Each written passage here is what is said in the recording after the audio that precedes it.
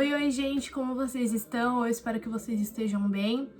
Hoje eu vim falar um assunto bem legal aqui pra vocês, que foi a minha cirurgia.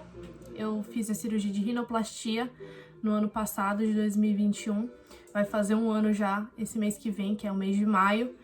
E foi uma experiência bem conturbadora ao mesmo tempo, mas ao mesmo tempo uma experiência que me fez muito bem, levantou muito a minha autoestima.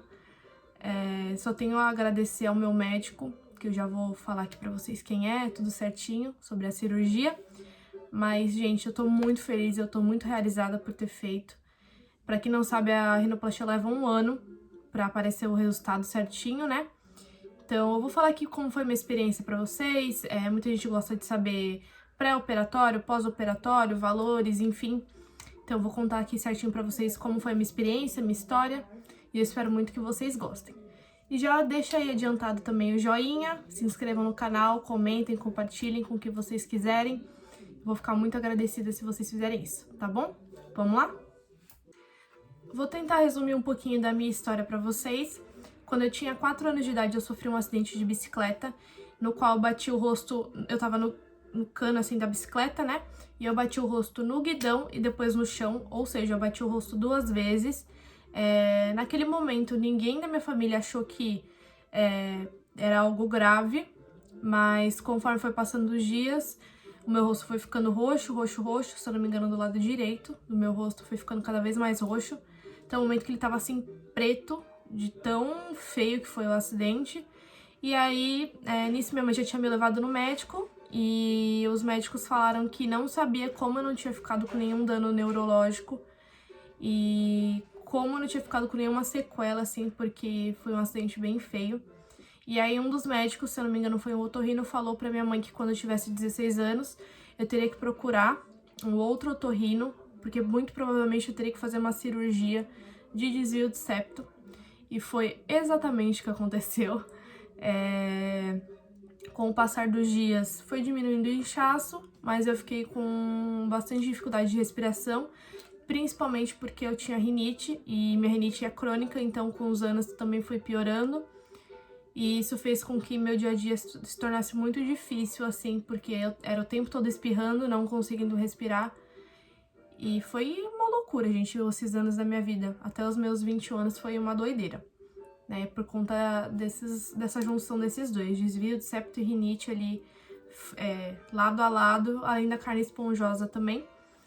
E como aconteceu esse acidente? Como eu expliquei, eu já tava no cano da bicicleta, uma amiga da minha irmã junto com a minha irmã tinha ido me buscar na escola, e eu decidi ir com essa amiga da minha irmã, de bike, né?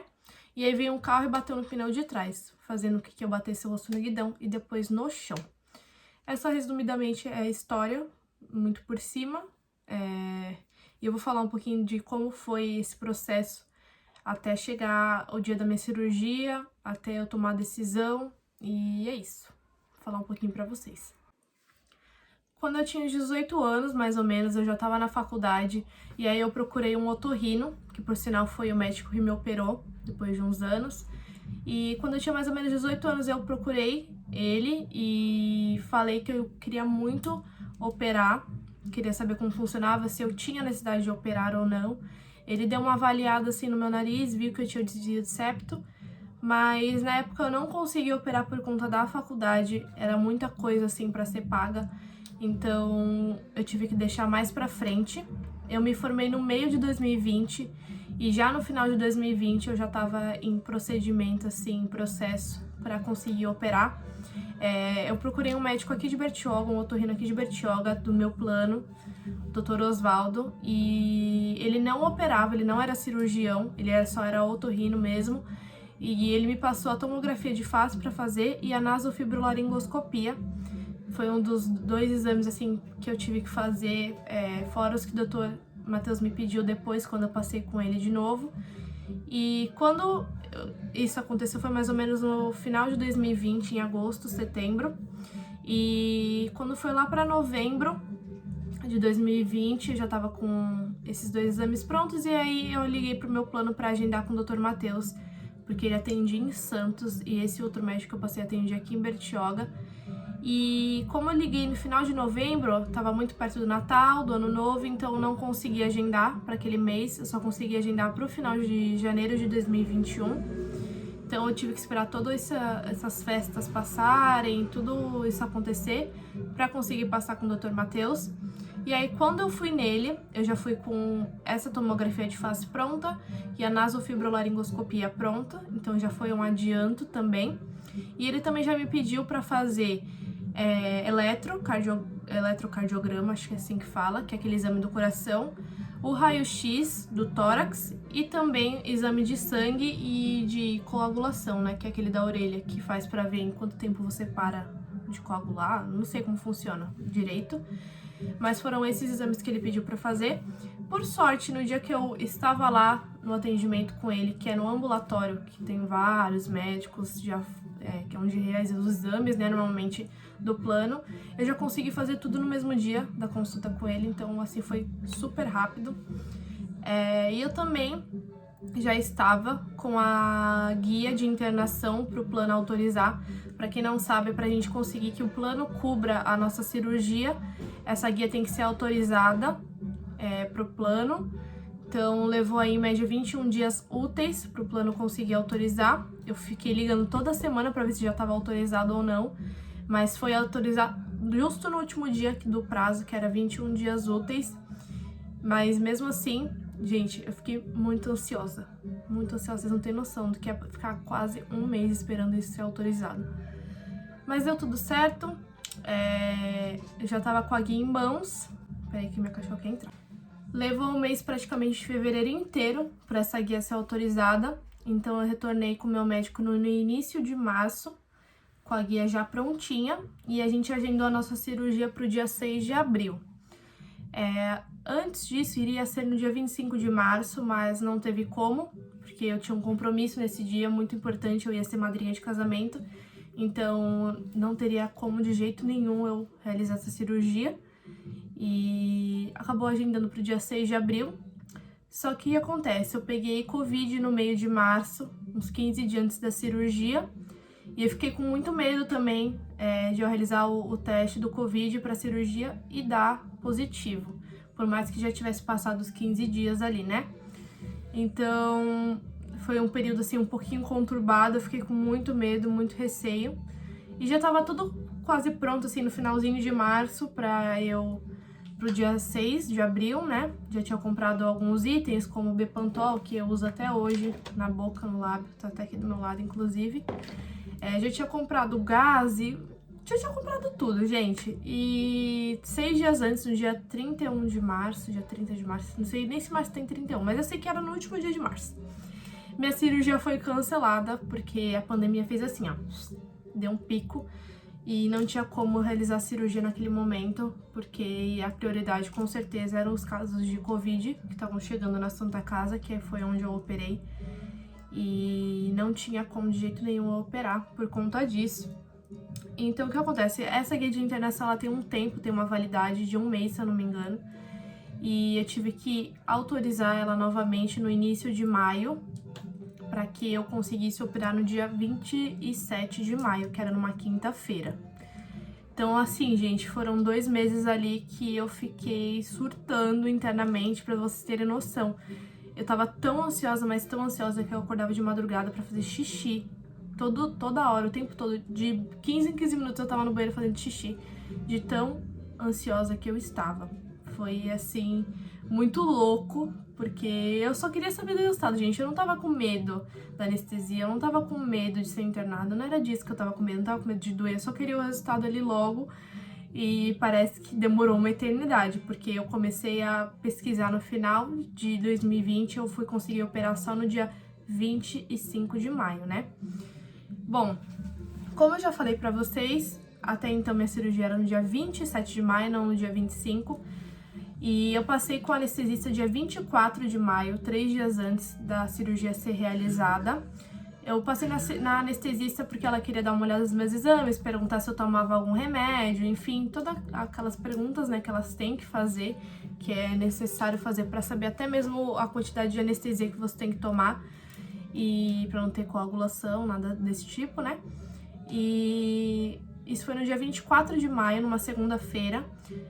Eu tive que ir pra Santos, passei com ela. E quando eu cheguei em casa, que eu moro em Bertioga, quando eu cheguei em casa, a assistente do meu médico me ligou perguntando se eu queria operar no dia seguinte. Foi outra loucura de novo, porque até então minha cirurgia ia ser 3 dias depois, né? Eu passei na anestesista na segunda, eu ia operar na quinta. Então, quando eu cheguei em casa na segunda, era pra eu operar na terça. Ela me ligou pra operar no dia seguinte, porque uma pessoa tinha desistido. E, gente, vocês não têm noção de como ficou a minha cabeça. Principalmente a da minha mãe, coitada, que teve que ligar correndo pro chefe dela pra conseguir adiantar a folga, porque não ia precisar mais folgar na quinta, e sim no dia seguinte. E ela era minha única acompanhante, assim, a única pessoa que eu podia contar de ir comigo. Então, assim, foi uma loucura. Questão de 12 horas, assim, fez assim, ó, sabe? E aí eu cheguei na Santa Casa, era umas 5h30, 6 horas da manhã. E não dormia muito bem naquela noite, claro, de ansiedade.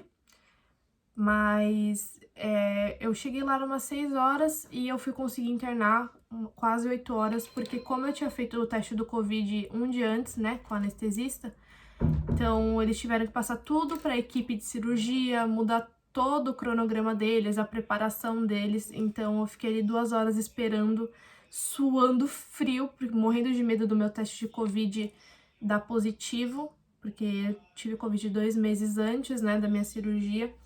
Então, gente, foi uma loucura, minha cabeça estava só pensando no negativo, porque quem tem ansiedade é assim, né? Vamos combinar. E, bom, consegui internar às 8 horas da manhã e eu entrei mesmo pra cirurgia, era umas 11 horas da manhã. A minha cirurgia, eu levei anestesia geral. Eu entrei 11 horas da manhã e eu fui sair quase 6 horas da tarde. Ou seja, ela demorou muito, demorou cerca de 6 horas aí pra ser realizada. Tudo pra mim passou um piscar de olhos, né? Porque eu tava ali anestesiada, não vi nada, mas, gente, minha mãe acho que deve ter ficado um pouco agoniada, né? De ficar 6 horas esperando.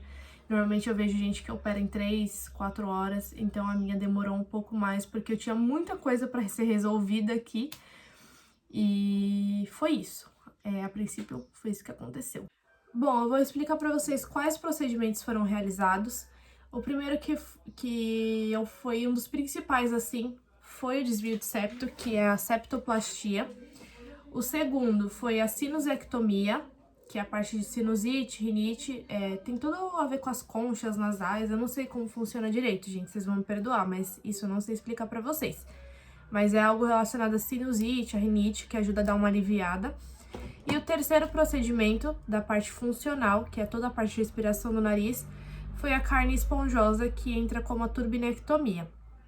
Da parte estética, que realmente é a parte que foi pago, não tem jeito, nenhum assim, né? Por um milagre, pode ser que tenha planos que aceite cobrir a parte estética. No meu caso, não cobriram, né? Foi pago. Como parte estética entrou a rinoplastia, que foi a parte do ossinho aqui da giba que eu tinha, que foi retirado. A alectomia também, que é a diminuição da aba do nariz. E também a estruturação, que é essa ponta aqui minha, que é mais durinha. É até um pouco engraçado assim quem toca. Dá um pouquinho de agonia. Mas eles estruturaram a ponta também. Desculpa os cachorros. Estruturaram a ponta também pra ela não ficar caída. Então eu vou tentar mostrar pra vocês aqui como ficou. Vou deixar foto também pra vocês. Mas foi assim que ficou de lado, gente. Como eu já disse pra vocês, mês que vem faz 1 ano de cirurgia. Passou muito rápido. A minha técnica foi a aberta, não foi fechada. Tô com um caderninho aqui pra tirar as dúvidas de vocês, que é as perguntas que mais me fazem. Minha técnica foi a aberta, ou seja, eles abriram todo o nariz e levantaram assim pra realmente fazer a cirurgia. A técnica fechada, pra quem não sabe, é um cortezinho interno que dá dentro do nariz e aí faz com um equipamento que tem uma câmera na ponta. Eu particularmente prefiro a técnica aberta, porque eu acho que dá pra ter bem mais noção. Me corrijam se eu estiver errada, mas eu, de qualquer forma, iria preferir fazer a aberta, tá? Valores.